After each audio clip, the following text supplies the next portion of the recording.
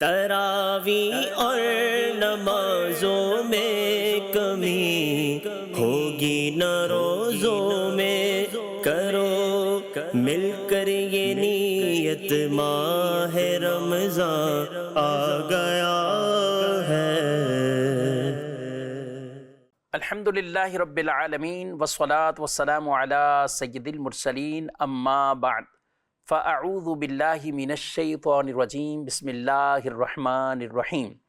الصلاة والسلام علیک یا رسول اللہ وعلی آلک واصحابک یا حبیب اللہ۔ الصلاة والسلام علیک یا نبی اللہ وعلی آلک واصحابک یا نور اللہ۔ مدنی چینل کے ناظرین، رمضان المبارک کی پہلی شب ہے اور ہم پروگرام لے کر حاضر ہوئے ہیں درس تراویح۔ جس طریقے سے رمضان شریف کی تاریخیں بدلتی جائیں گی انشاءاللہ، اسی تاریخ کے مطابق اسی پارے کا وہ کچھ خلاصہ بیان کیا جائے گا۔ رمضان شریف کا پربہار مہینہ، برکتوں اور رحمتوں والا، اور اس مہینے میں بطور خاص جہاں مسلمان وہ روزے کی عبادت کی ادائیگی کرتے ہیں، روزے رکھتے ہیں، وہیں پر نمازوں کا بھی ایک ذوق شوق بڑا ہوتا ہے، ساتھ ساتھ تلاوت کلام پاک قرآن مجید فرقان حمید کی تلاوت کرنے کا رجحان بھی بڑھ جاتا ہے۔ تو انشاءاللہ ہم اپنے ناظرین کو قرآن مجید فرقان حمید کے حوالے سے، بالخصوص اس پارے کے حوالے سے، ہر روز سوا پارہ وہ تلاوت کیا جاتا ہے۔ عام طور پر مساجد کے اندر جو 27 روزہ ختم قرآن شریف کا سلسلہ ہوتا ہے تو وہاں سوا پارہ تلاوت ہوتا ہے۔ تو ہم ایک ایک پارے کا خلاصہ ہر اس تاریخ کے ساتھ انشاءاللہ آپ کی خدمتوں میں انشاءاللہ پیش کریں گے۔ ہمارے ساتھ رہیں گے تو بہت سی انشاءاللہ قرآن مجید فرقان حمید سے متعلق باتیں سیکھنے سمجھنے کو ملے گی۔ نبی پاک صلی اللہ علیہ وآلہ وسلم رمضان شریف میں باقاعدہ جبریل امین علیہ السلام ان کے ساتھ دور فرمایا کرتے تھے۔ دور کا مطلب یہ ہے کہ آپ صلی اللہ علیہ وسلم سناتے تھے، پھر جبریل امین آپ کو سناتے تھے۔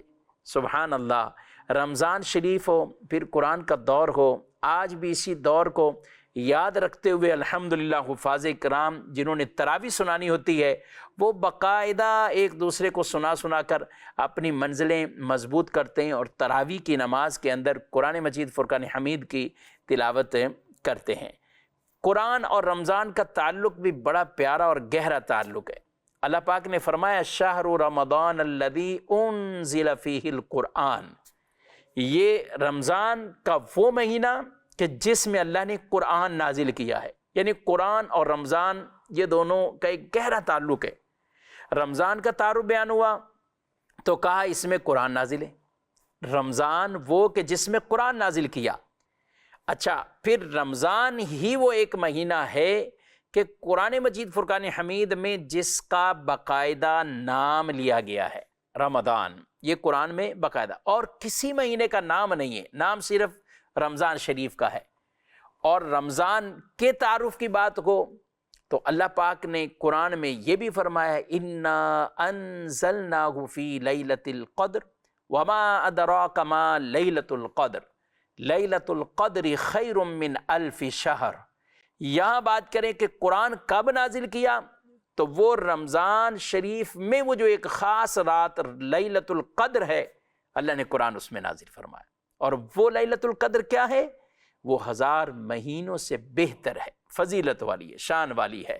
سبحان اللہ۔ تو رمضان شریف کے ایام، دن بھی مبارک، راتیں بھی مبارک، اور پھر اس کا بطور خاص آخری عشرہ ہو اور اس میں بھی طاق رہتے ہیں، یہ پورا مہینہ ہی برکتیں اور رحمتیں وہ لوٹائے گا۔ اللہ پاک ہم سب کو اس مہینے کا ادب احترام بھی نصیب فرمائے اور کثرت سے عبادات بجا لانے کی بھی توفیق عطا فرمائے۔ ناظرین کرام، قرآن مجید فرقان حمید کے بکثرت نام ہیں، اور ان میں بطور خاص 6 نام ایسے ہیں کہ جو بہت ہی زیادہ مشہور ہیں، اور ان میں سب سے زیادہ قرآن یہ مشہور ہے۔ قرآن پاک کو قرآن تو کہتے ہیں، قرآن کا ایک نام برہان، ایک نام فرقان، ایک نام کتاب، ایک نام مصحف، ایک نام نور۔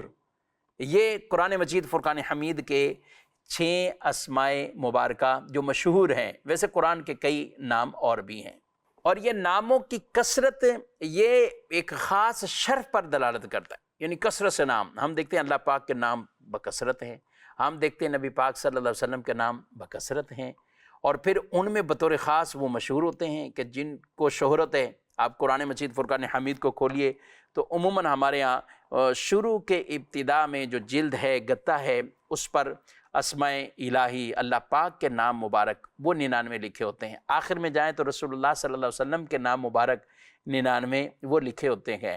تو یہ کوئی حصر نہیں ہے، یعنی اسی میں نہیں ہے کہ بس یہ اتنے ہی ہیں، ان میں بہت وسعت ہے. تو اسی طرح قرآن کے بھی نام وہ بہت زیادہ ہیں.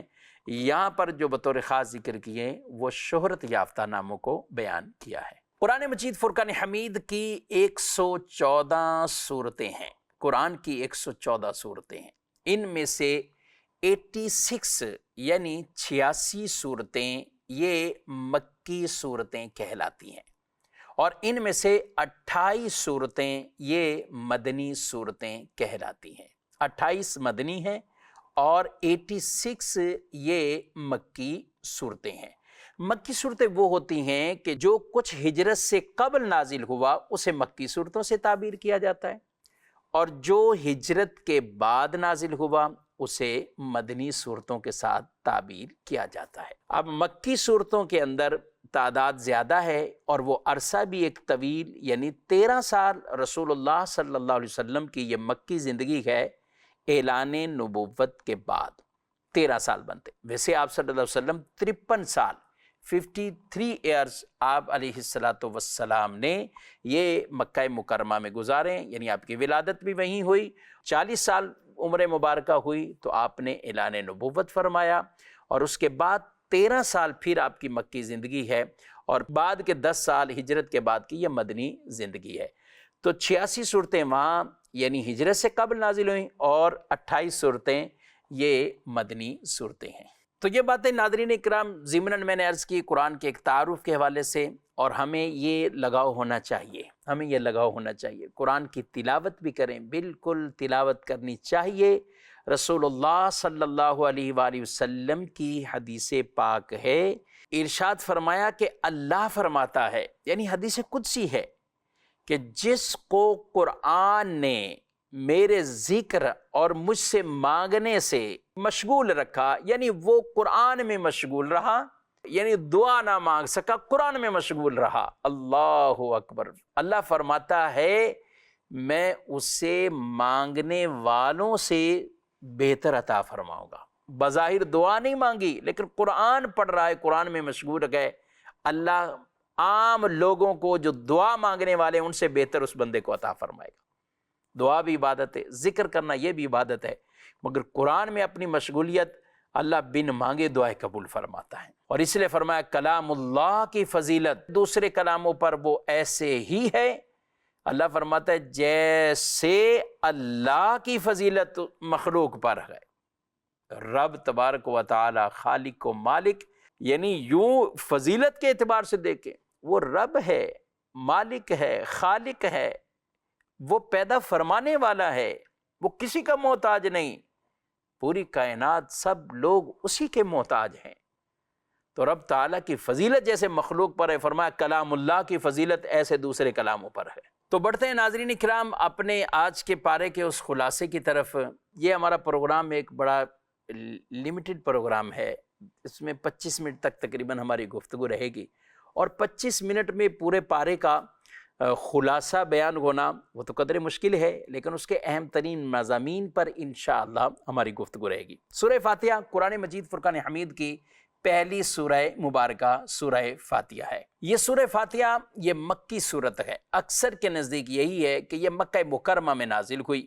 البتہ یہ اقوال بھی موجود ہیں کہ یہ مدینہ منورہ میں نازل ہوئی، اور یہ قول بھی ہے کہ یہ دونوں جگہ نازل ہوئی، یعنی مکہ مکرمہ میں بھی نازل ہوئی اور مدینہ منورہ میں بھی یہ سورہ مبارکہ نازل ہوئی. اور اسی وجہ سے اس سورہ مبارکہ کا ایک نام السبع المثانی. یہ سبع مثانی کیوں نام ہے؟ یعنی ایک تو یہ کہا گیا کہ یہ بار بار چونکہ پڑھی جاتی ہے، نمازوں میں بھی ہر رکعت میں یہ پڑھی جا رہی، اور ایک یہ کہ اس کا نزول ایک بار مکہ مکرمہ میں اور ایک بار مدینہ منورہ میں. ویسے اس سورہ مبارکہ کے کئی نام ہیں.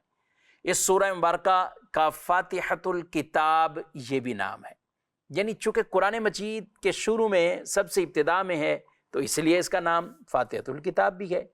اس سورہ مبارکہ کا نام سورۃ الحمد بھی ہے کہ اس کے ابتدائی کلمات، پہلی آیت مبارکہ وہ الحمد شریف پر الحمد للہ رب العالمین یہ موجود ہے۔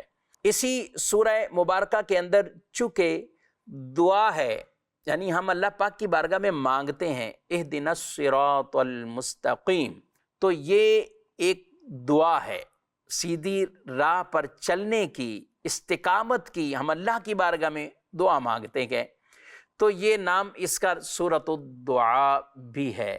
اور اسی سورہ مبارکہ کو سورۃ الشفاء بھی کہا گیا ہے کہ اس کے ذریعے سے شفا نصیب بھی ہوتی ہے۔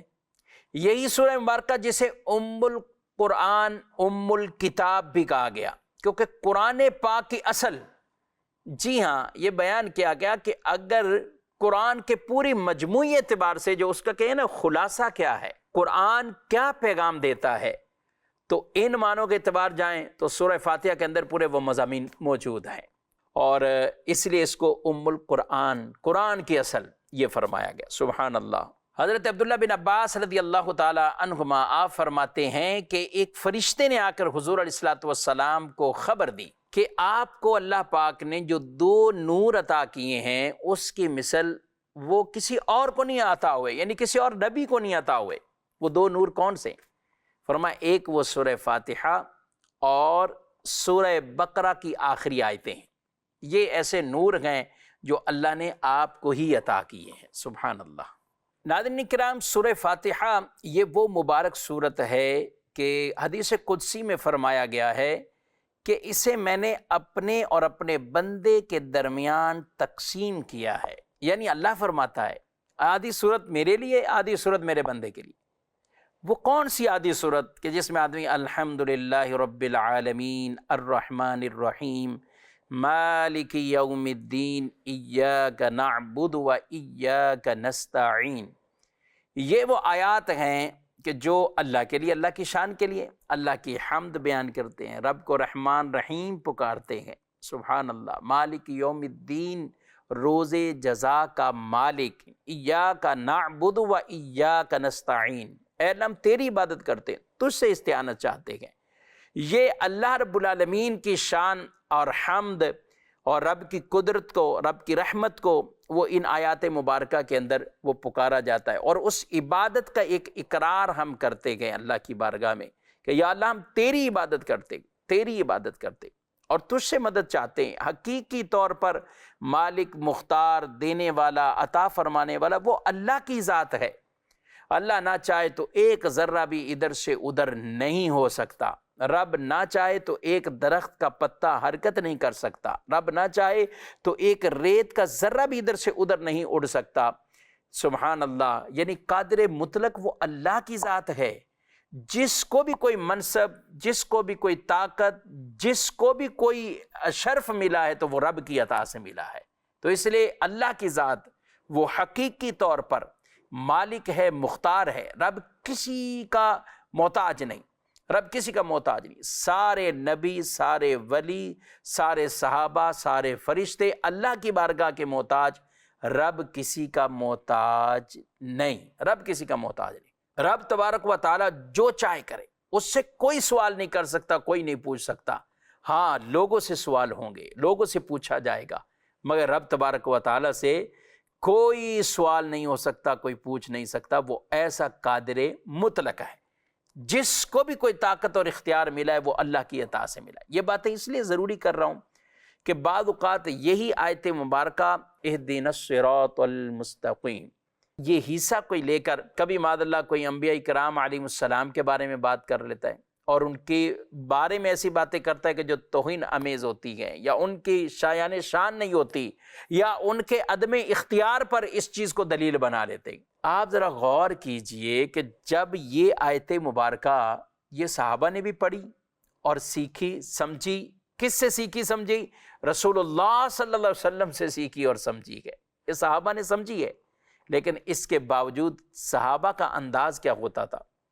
اگر کہیں پانی کی قلت ہے تو وہ بارگاہ رسالت میں حاضر ہو رہی ہیں، حضور علیہ السلام سے کہہ رہے یا رسول اللہ صلی اللہ علیہ وسلم پانی نہیں ہے، آپ ان کے لیے پانی کا اہتمام فرما لو۔ اپنے مبارک ہاتھ کو آگے کرتے گئے اور اللہ پاک ان انگلیوں سے پانی کے چشمے جاری فرما دیتا ہے۔ کوئی بیمار آ رہا ہے، کسی کی آنکھ نکلی تو وہ بھی حضور علیہ السلام کی بارگاہ میں آ رہا ہے، کچھ اور پریشانیوں میں پنڈلی ٹوٹ رہی ہے، وہ حضور علیہ السلام کی بارگاہ میں آ رہا ہے، آپ اس کے لیے دعا کر رہے ہیں، اپنا لعاب مبارک کہیں لگاتے ہیں، کہیں دعائیں فرماتے ہیں، اللہ انہیں یہ عطا فرماتا ہے اور وہ شفا یابی انہیں نصیب ہو جاتی ہے۔ اس آیت کا مطلب یہ ہرگز نہیں ہے، اس حصے کا مطلب یہ ہرگز نہیں ہے کہ اگر کوئی نبی علیہ السلام سے یا اللہ کے نیک بندوں سے، اولیاء سے مدد چاہے تو وہ اس آیت کے برعکس جا رہا ہے، اس آیت کے برخلاف جا رہا ہے۔ یہ بالکل غلط سوچ اور غلط عقیدہ ہے۔ صحابہ کرام علیہ مردوان کا جو انداز ہے وہ میں نے آپ کے سامنے بیان کیا، جو کہ بکثرت احادیث طیبہ کے اندر اس طرح کے واقعات موجود ہیں۔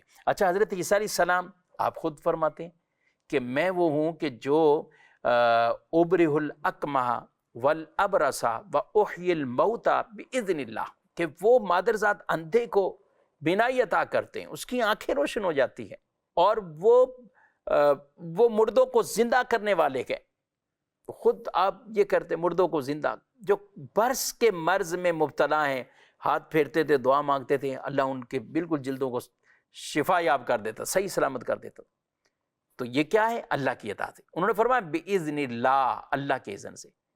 تو پتہ چلا کہ جو نفی ہے وہ اس چیز کی ہے کہ کوئی اگر معاذ اللہ کسی نبی کو، فرشتے کو اگر بالذات مانتا ہے تو یہ تو پھر دائرہ اسلام سے خارج ہو جائے گا، کہ کہے کہ نبی اور فرشتے یا کوئی ولی یہ بالذات مدد کرتے ہیں، اللہ کی عطا کے بغیر ہی مدد کرتے ہیں، اللہ کی عطا کے بغیر ہی یہ اختیار رکھتے ہیں، تو یہ تو عقیدہ ہی نہیں ہے نا، وہ تو دائرہ اسلام سے خارج ہو جائے گا، یہ مسلمانوں کا عقیدہ ہی نہیں۔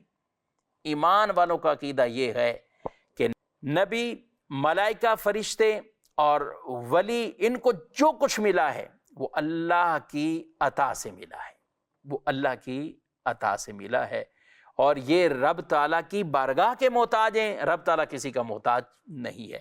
تو یہ سورہ مبارکہ جس کی پہلی ابتدائی آیتیں، یہ اللہ پاک کے لیے، اللہ پاک کی حمد ہے۔ الحمدللہ، بندہ یہ تعریف کرتا ہے، حمد بیان کرتا ہے۔ افضل ذکر لا الہ الا اللہ اور افضل دعا الحمدللہ، سبحان اللہ۔ بندہ تعریف کرتا ہے کہ ساری تعریفیں اللہ کے لیے۔ کون ہے اللہ؟ الحمدللہ رب العالمین، جو سارے عالمین کو پالنے والا ہے، ان کا مالک ہے۔ عالم کسے کہتے ہیں؟ اللہ کے سوا جو کچھ ہے عالم، اور پھر عالم یہ مختلف ہیں، یعنی کئی ہیں۔ یہاں پہ عالمین کہا ہے کہ سارے عالمین کے لیے، سارے جہانوں کے لیے، یہ سب کا پالنے والا کون ہے؟ وہ اللہ رب العالمین ہے۔ سبحان اللہ۔ اللہ نے اپنا تعارف فرمایا تو الحمدللہ رب العالمین، اور اپنے محبوب کا تعارف وما ارسلناک الا رحمتا للعالمین، اے محبوب ہم نے نہیں بھیجا مگر عالمین کے لیے رحمت بنا کر، عالمین کے لیے رحمت۔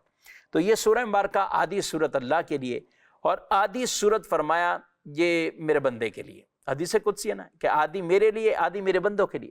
اب وہ آدھی بندوں کے لیے کون سی ہے؟ اہدنا الصراط المستقیم، ہمیں سیدھے راستے پر چلا، سیدھے راستے پر چلا۔ بعض تراجی میں یوں آپ پڑھیں گے کہ ہمیں سیدھا راستہ دکھا نے دیکھ تو چکے ہیں، اسلام کا راستہ ہے سیدھا راستہ، اور اللہ نے یہ توفیق دی ہے، اسلام عطا فرمایا ہے، اب چلنے کی دعا مانگو، اس پر اب چلنے کی دعا مانگو۔ صراط الذین انعمت علیہم، ان لوگوں کا راستہ اے اللہ جن پر تیرے انعام ہوئے، جن پر تیرے انعام ہوئے، ان لوگوں کے راستوں پر ہمیں چلنے کی توفیق عطا فرما۔ غیر المغضوب علیہم ولا الضالین، جن پر تیرے انعام ہے ان کے راستوں پر چلنے کی تو توفیق عطا فرما، لیکن وہ جن پر تیری ناراضگی ہے ان پر نہیں، اور جو بھٹکے ہوئے ہیں ان پر بھی نہیں، نہ کہ وہ کہ جن پر جو تیری ناراضگی جن پر ہے اور جو بھٹکے ہوئے گمراہ ہیں۔ گویا کہ نمازی نماز میں اللہ سے یہ دعا مانگتا ہے، اللہ میں اپنے انعام یافتہ بندوں کے راستوں پر چلا، انعام یافتہ بندوں کے راستوں پر چلا۔ قرآن یہ کہتا ہے یا ایھا الذین آمنوا اتقوا اللہ وکونوا مع الصادقین، اے ایمان والو اللہ سے ڈرو اور سچوں کے ساتھ ہو جاؤ۔ یہ صراط مستقیم کیا ہے؟ یہ اسلام کا وہ سیدھا راستہ ہے جس پر حضرات صحابہ کرام، حضرات اہل بیت اطہار، حضرات اولیاء کرام، بزرگان دین جس پر تھے، وہی راستہ اسلام کا راستہ ہے، وہی راستہ حقیقی معنوں میں صراط مستقیم ہے، جس پر صحابہ، اولیاء اور آج تک جو قائم ہے اس پر الحمدللہ اہل سنت وہ ہیں کہ جو صراط مستقیم پر ہیں، کیونکہ تمام کے تمام اولیاء کرام، بزرگان دین، آپ ان کی ڈیٹیل پڑھیے، سب کچھ پڑھیے، وہ سارے کے سارے الحمدللہ اہل سنت میں ہیں، اہل سنت میں ہیں۔ اس لیے حضور علیہ الصلوۃ والسلام کی ایک حدیث ہے، بے شک میری امت گمراہی پر جمع نہیں ہوگی، یعنی ایسا نہیں کہ پوری کی پوری امت گمراہی پر جمع ہو جائے۔ فرمایا جب تم اختلاف پاؤ، اختلاف دیکھو تو سواد اعظم سب سے بڑے گروہ کے ساتھ ہو جاؤ، سب سے بڑے گروہ کے ساتھ ہو جاؤ۔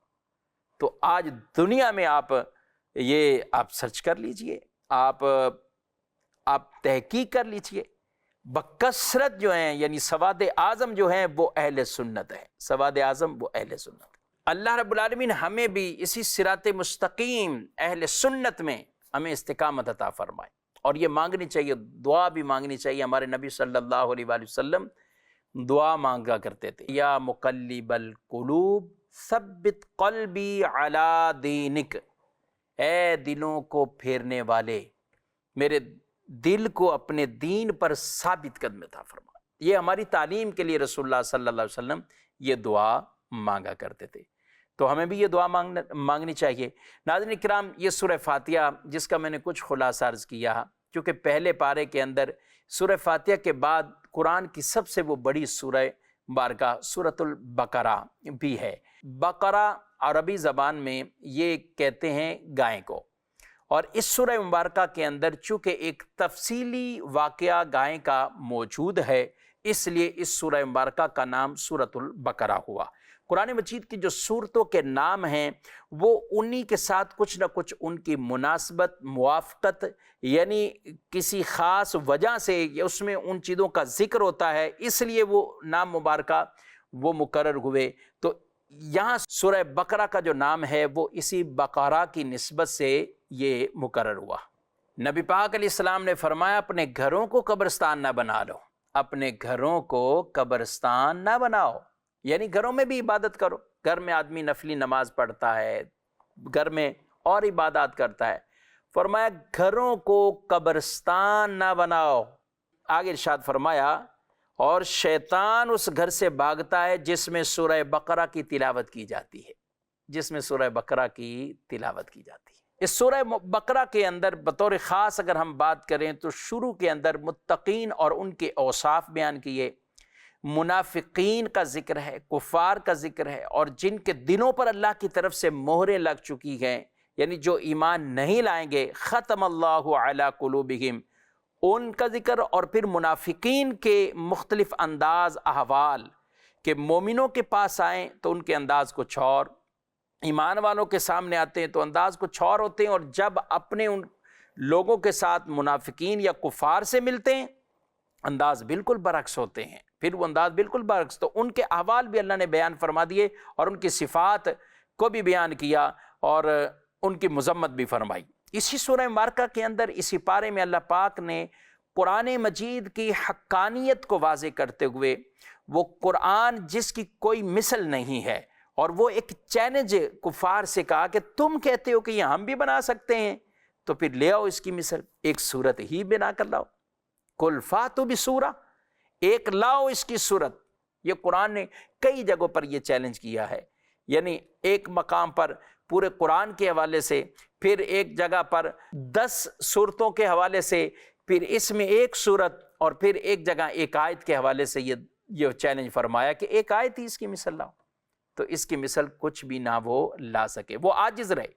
اور اسی سورہ مبارکہ کے اندر وہ بنی اسرائیل کا وہ واقعہ موجود جہاں حضرت موسیٰ علیہ السلام نے ان سے گائے ذبح کرنے کے حوالے سے کہا، اور اسی سورہ مبارکہ کے اندر آخر کے اندر جا کر یہ تعمیر کعبہ کے حوالے سے حضرت ابراہیم علیہ السلام، حضرت اسماعیل علیہ السلام نے جو یہ کوشش کی، اس کا بھی ذکر اسی سورہ مبارکہ میں اور اس پارے میں موجود ہے۔ یہ سورہ مبارکہ اللہ پاک نے فرمایا الف لام میم ذالک الکتاب لا ریب فیہ ھدی للمتقین، یہ جو الف لام میم قرآن پاک کی 29 صورتوں کے شروع میں ہے، 29 یعنی 29 صورتوں کے شروع میں یہ حروف مقطعات ہیں، جن کا معنی مطلب یہ آپ دیکھتے ہیں ترجموں میں یہ ذکر نہیں ہوتا، ان کا کوئی معنی مطلب اس طور پر لفظوں میں نہیں بیان کیا ہوا۔ ان حروف کو یہ متشابہات سے لیا گیا ہے، یعنی جس کی مراد اللہ جانے، اور اللہ کی اطاعت سے اللہ کے پیارے نبی صلی اللہ علیہ وسلم جو رب تعالیٰ نے اپنے محبوب کی طرف وحی فرمائی جو چاہ، کیونکہ روایت میں ہے کہ آپ صلی اللہ علیہ وسلم پر جب یہ کلمات جبریل امین لے کر آئے تو حضور صلی اللہ علیہ وسلم فرماتے کہ فہم تو میں سمجھ گیا۔